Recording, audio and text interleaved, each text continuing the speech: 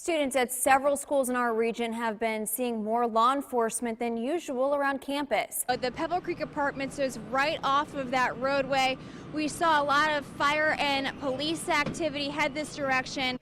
A 66-year-old woman with a history of trying to sneak onto flights managed to slip right past security and flew from Chicago's O'Hare International Airport to London. This is what we like to see. We just got some more school donations dropped off to us, so we really appreciate that. We love this. You didn't like jump over and start choking Leo, did you? No, okay, there was a little banging on the glass, yeah, though. was there? Good, yeah, good. But it was brutal. This will all be re-shut down after the morning commute so that they can move all of this out, clean up the roadway, and then reopen it later today. All right, so we've all heard of sending flowers and candy for Valentine's Day, but what about a cuddle session with a puppy? Sign me up.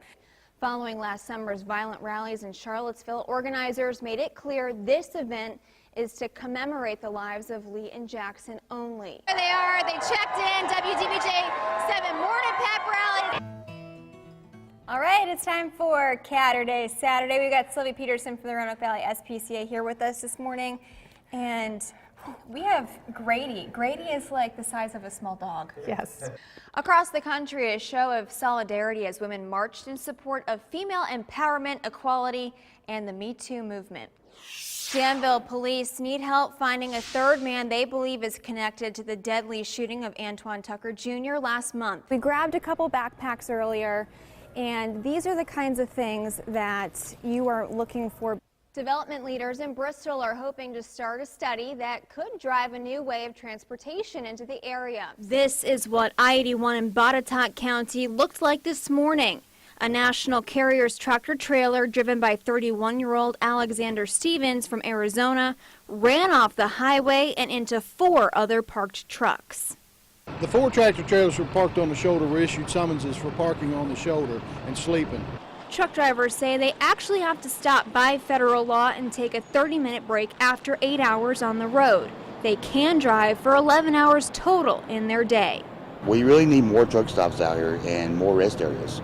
State police says rest stops are sometimes not even the best option because legally drivers can only park for 2 hours. Get off the interstate, get off the roadway, find you in a parking lot or a gas station, and pull in there and do your sleeping. Some of the truckers we spoke with say this gas station off exit 150 is tight on space, but state police say it's safer than parking on the side of the highway. Just pull over on the shoulder, that is a no-no because it's dangerous for you and the other motorists, you know. Because you're going to cause an accident or it could cause one. Unless you're broke down, you do not need to be on the side of the road. Caitlin Francis, WDBJ 7. Smack talking between the players and the teams. A little smack talking between the coaches. Leo Hirschbrenner is back for his 10th year as coach for the Hoses. Then there's me, the rookie. This is what you all woke up to this morning. But of course, I still want to crush Caitlin. So. Well, yeah, just the winner because. NBA, but I still want to crush her. When she wakes up and hears all the smack talking you've been doing. She's sleeping. She's I'm not saying she's lazy, but we're awake, getting things done. She's sleeping. Yeah, I'm not saying anything. I was. But which team has the better record, Leo? And my record is a solid 2-7. He's looking to make this year number 3, but this rookie says, no way. Here to win. All right, guys, let's do it. The players, just as competitive. I always like to think we're going to win. I think this year's, it's our year to come back at it with a win, so especially with a great coach. On the Hoses side, great coach. Over on the gun side, confidence with a little superstition. I want to say we're going to win, but I don't want to jinx myself. As for Leo and me, when all of this is said and done, During the game, no friends.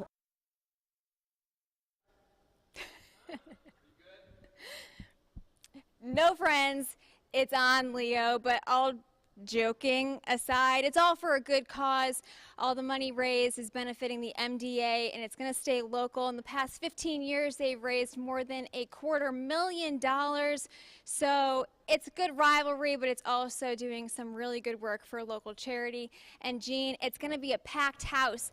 They're expecting at least 8,000 people here. So if you haven't gotten your tickets yet, you can get them here at the Berglund Center or online. We're going to post all the information up on our website, WDBJ7.com. And you might want to get here early because I've heard that the parking lot fills up really fast. In Pulaski, the police department needs your help finding a missing 16-year-old girl. Take a good look at her picture.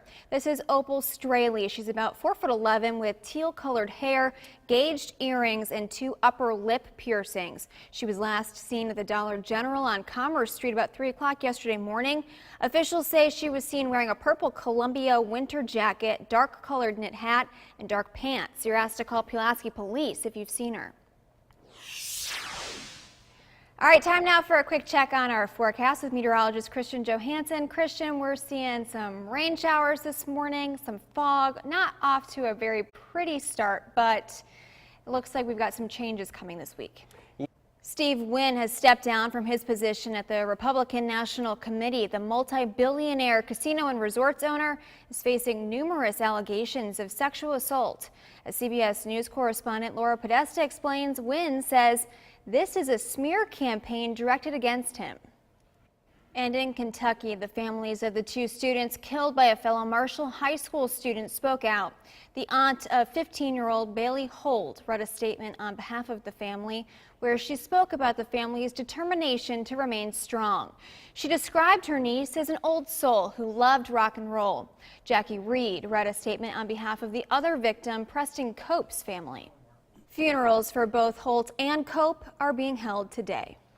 Michael Vick will be in Lynchburg tomorrow talking to students. The Hokies Football Hall of Famer will be speaking at Liberty University. He'll be sharing his story of going from the highest paid NFL player to his public humiliation after pleading guilty to illegal dogfighting. University leaders say he'll share his renewed relationship with God after serving 19 months in prison. Students we caught up with on Friday say they're excited to have Vick on campus. Vick will speak at Convocation tomorrow at 10:30. We're going to have coverage of that visit. In Roanoke, 3 Hallmark stores will be closing their doors this week. A store associate told us the Hallmark stores in the Tower Shopping Center, the Tanglewood Mall, and the Valley View Mall are all closing. That associate says she does not know why, but the last day for business is slated for January 31st, with discounts of up to 90% off until then. All right, well, you know what time it is. It's time for Pet Stories. It is, and it's Sun Dog today. We've got the most energetic puppy that you might ever see that's coming up.